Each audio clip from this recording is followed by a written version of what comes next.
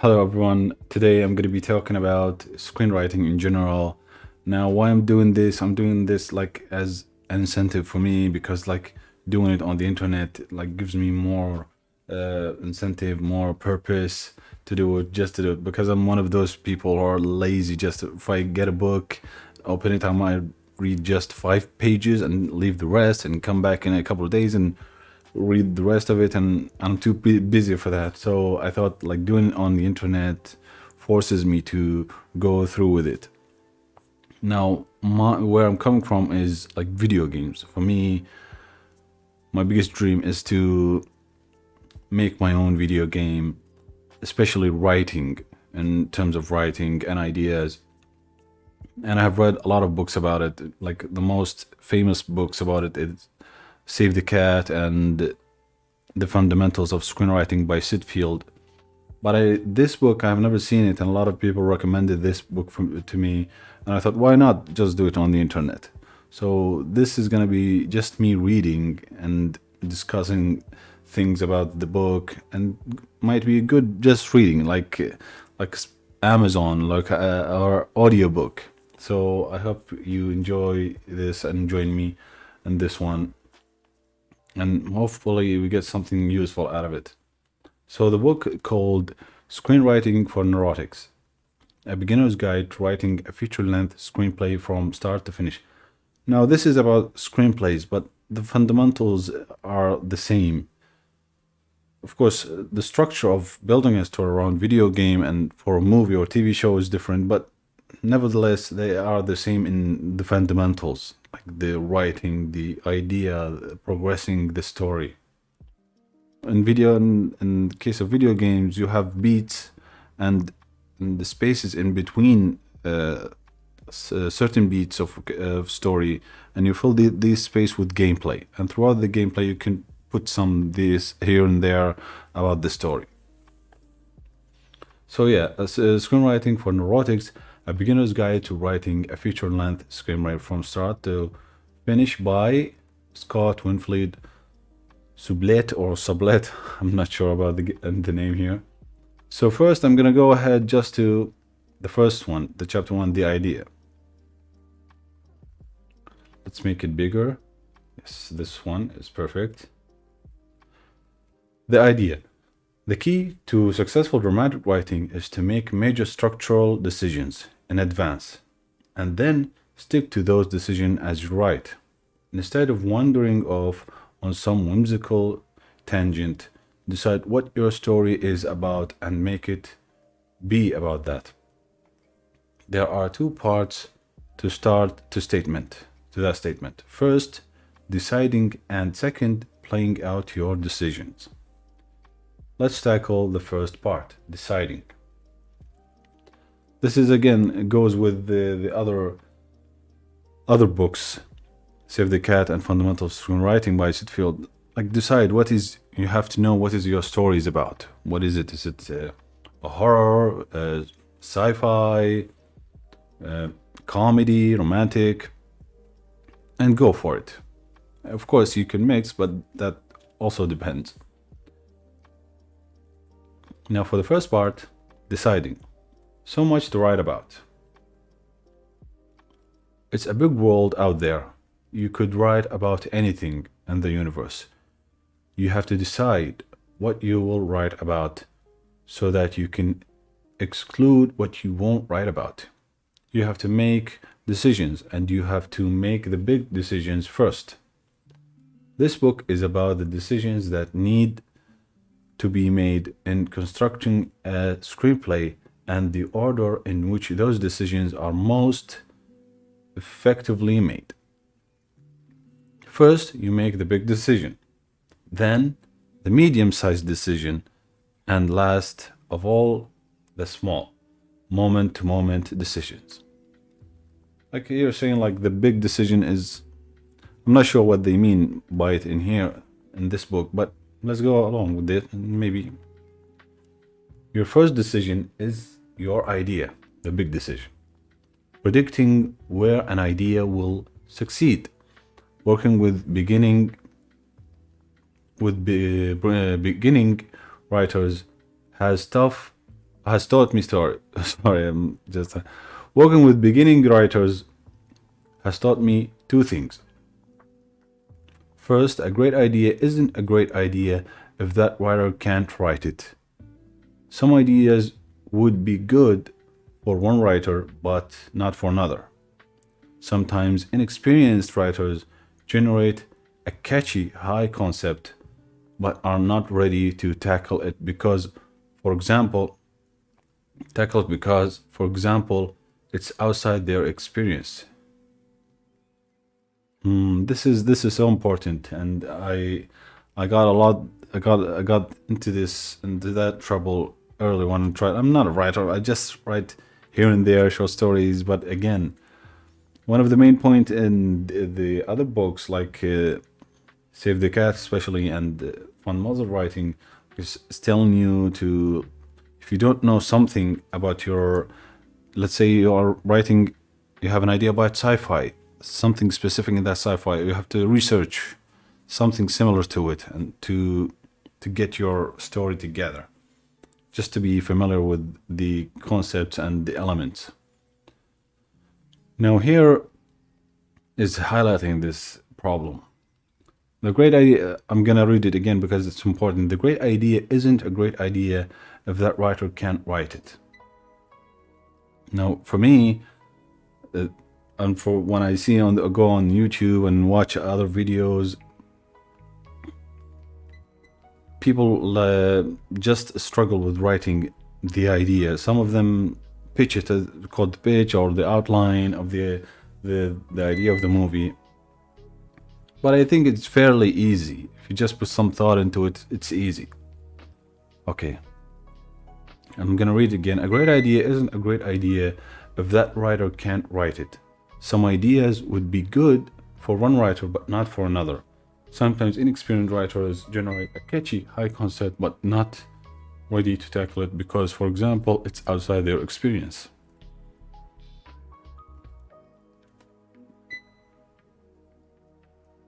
Because, yeah, beginning writers aren't fossil pros who can make just anything work. They don't yet have the mystery of the craft. And they're calling it a craft because, of course, because anyone can learn it. And again, like in the fundamentals of writing, I think Sitfield said, not sure, said like this is writing is a craft. It's not something a gift or anything. It's a craft. Like you can learn it.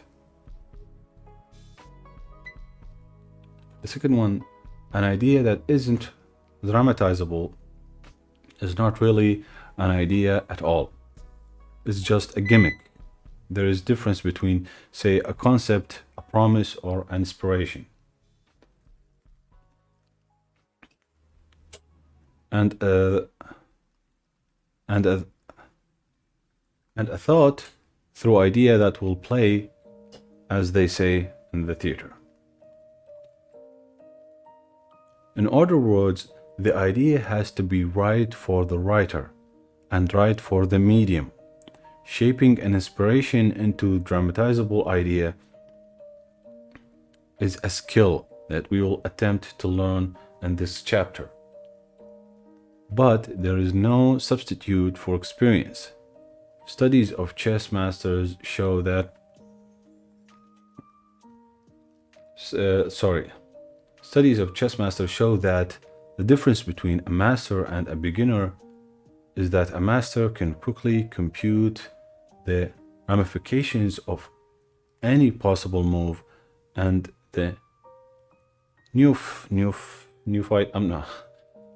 can't. The beginner, like the newbie, can't.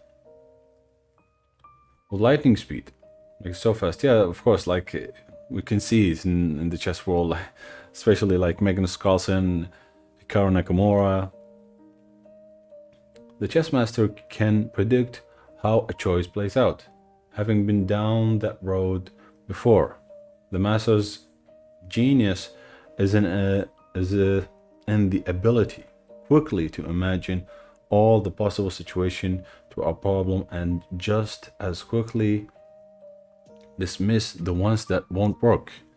then the master can spend more time pursuing the ones that might work.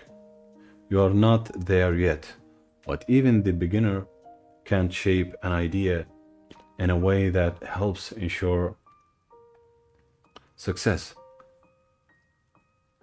Ideas with a high likelihood of panning out tend to have characteristics in common,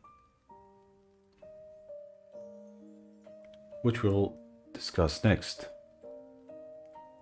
Sorry? Yes. Now, in this one, like it's telling you, if you have an idea, okay, you have an idea, but it has to be something to be dramatized, something dramatic about it that could happen as the story goes along. If you don't have that, like your story or your idea is basically it's not working, it's not gonna work. And experience, of course, experience is a key, especially in writing and knowing the story beats and crafting the characters. It demands a lot of work. It demands so much work. But a lot of writers and people in Hollywood, if you go like just do research, they don't always write these stories themselves. They always have a group of writers, all of them pitching in, all of them come together with the story. But nonetheless, you need experience, which I don't have. I have zero experience for me. I've not been into that world. I just write for myself. Okay, the dramatizable idea versus the movie gimmick. The dramatizable idea is one that will play with reasonable case. It will yield 35 to 80 ideas for scenes. For scenes of conflict. 35 to 80 ideas for scenes of conflict. Sometimes an idea that sounds great isn't. Beware the common pitfall of mistaking a movie gimmick for dramatizable idea. Everyone will say that your gimmick is a great idea for a movie, but withhold judgment until it yields a spine and a step outline, which you'll learn to do later. Yeah, like hold judgment. When someone comes to you and tell you, "Oh, this is great, this is great," you say, "Okay, this is good feedback," but stay skeptical. The dramatizable versus the movie. Yeah, we did that. Different ideas suit different literary forms. You'll succeed more readily with your first screenplay if you pick an idea suited to becoming a movie. If you contemplate an oleander bush bursting with blooms outside my office window and experience the transcendent but temporarily sense but temporary sense of the universe's generosity. I should write a poem.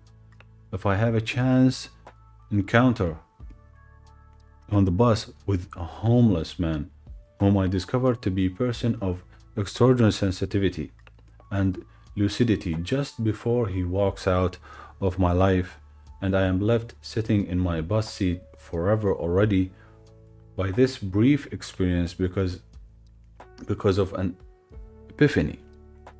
That's probably a short story. Yeah, like here is telling you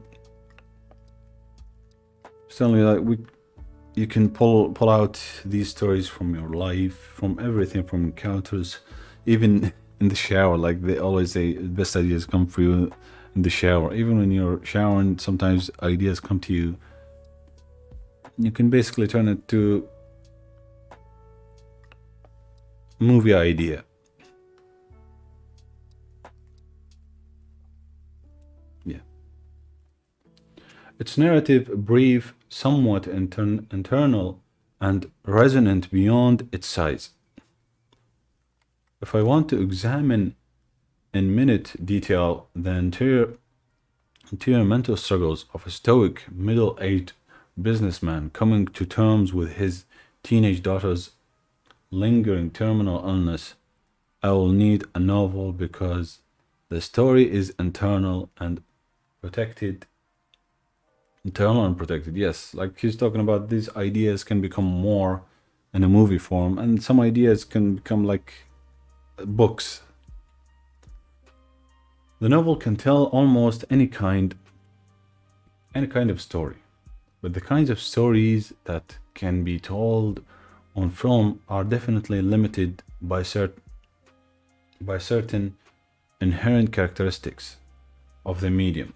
Movies are made for external action. They are superficial in that they deal with life's surfaces. Long internal monologues aren't acceptable to the movie audience, yet are quite normal in the novel. Also, movies tend to be more strictly limited in length than the novel. The human dream cycle is 90-minute long. Now he's talking about the average, like the 90 minutes is what all movies should be, but depends on your movie. Coincidentally, movies during the golden age of Hollywood also tended to be that long.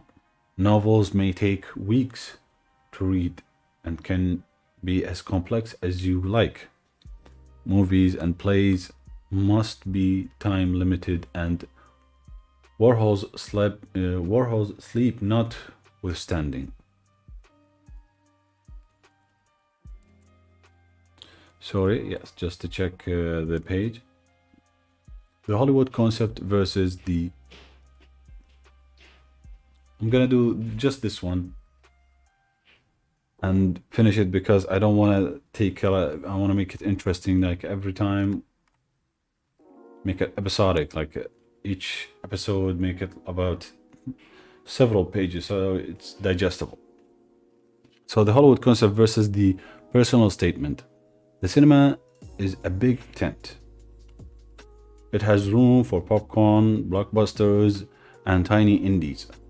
A lot of people think that the smart thing to do is to write the high concept movie, and there are certainly things to be said for it. Studios are looking for high concepts, hooky ideas, and can be expressed in a single sentence, and movies that match the currently successful formulas.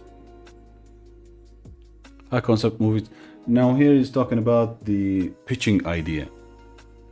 Studios go to pitch. You have to convince them with your pitch, like one line, two line, just pitch the idea for someone to convince them. Like I remember Jordan Peele talking about that movie, that Denzel Washington's Son movie, that the guy Black Cop goes, Black Cop that talks to the KKK as a white, but someone else goes into the KKK to infiltrate something. But I remember like the director who did that movie being convinced by one line from Jordan Peele. Just tell him, hey, a black cop goes in undiscovered, like undercover in the KKK, and that's it. So this is like the pitch. So high concept movies ideally are a little familiar and a little different. The Karate Kid, but with sumo wrestling, there are enough like things that have come before. The things that have come before that, they make the powers that be comfortable, but they are different enough not to seem third. Yeah, of course. One way to achieve that is with blank meets blank. Yes.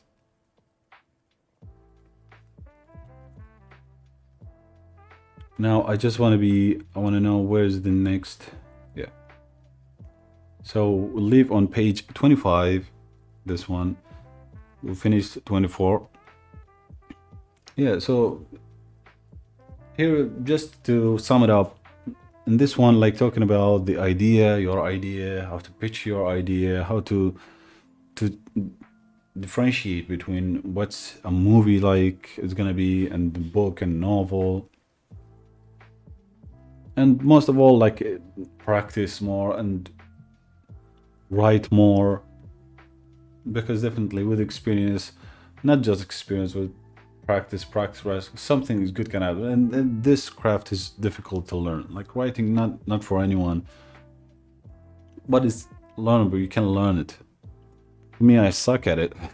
I'm terrible, but I nonetheless I love it. I love writing. I love writing my ideas, and I wish one day I could execute them, especially in video game form, because my passion is video games and writing for video games and coming up with ideas for video games. But because I think video games, ideas for them and developing ideas for them is simpler. You can build, you can just come with an idea and build a gameplay around that idea, like a zombie apocalypse. Like you can just take, say, zombie apocalypse. You can come with a million of ideas, because every year, each year, new zombie movie comes with a new. Yeah, at this point is repetitive and tiresome, but look at The Last of Us. Look at Days Gone. Look at what is this one? Dying Light. We have some here and there. And open world games, we have a lot. Some newcomers like Hellblade, Senua's Sacrifice, that taking the video game experience to a cinematic aspect. So yeah, I hope you enjoyed this one. See you in the next one. Bye.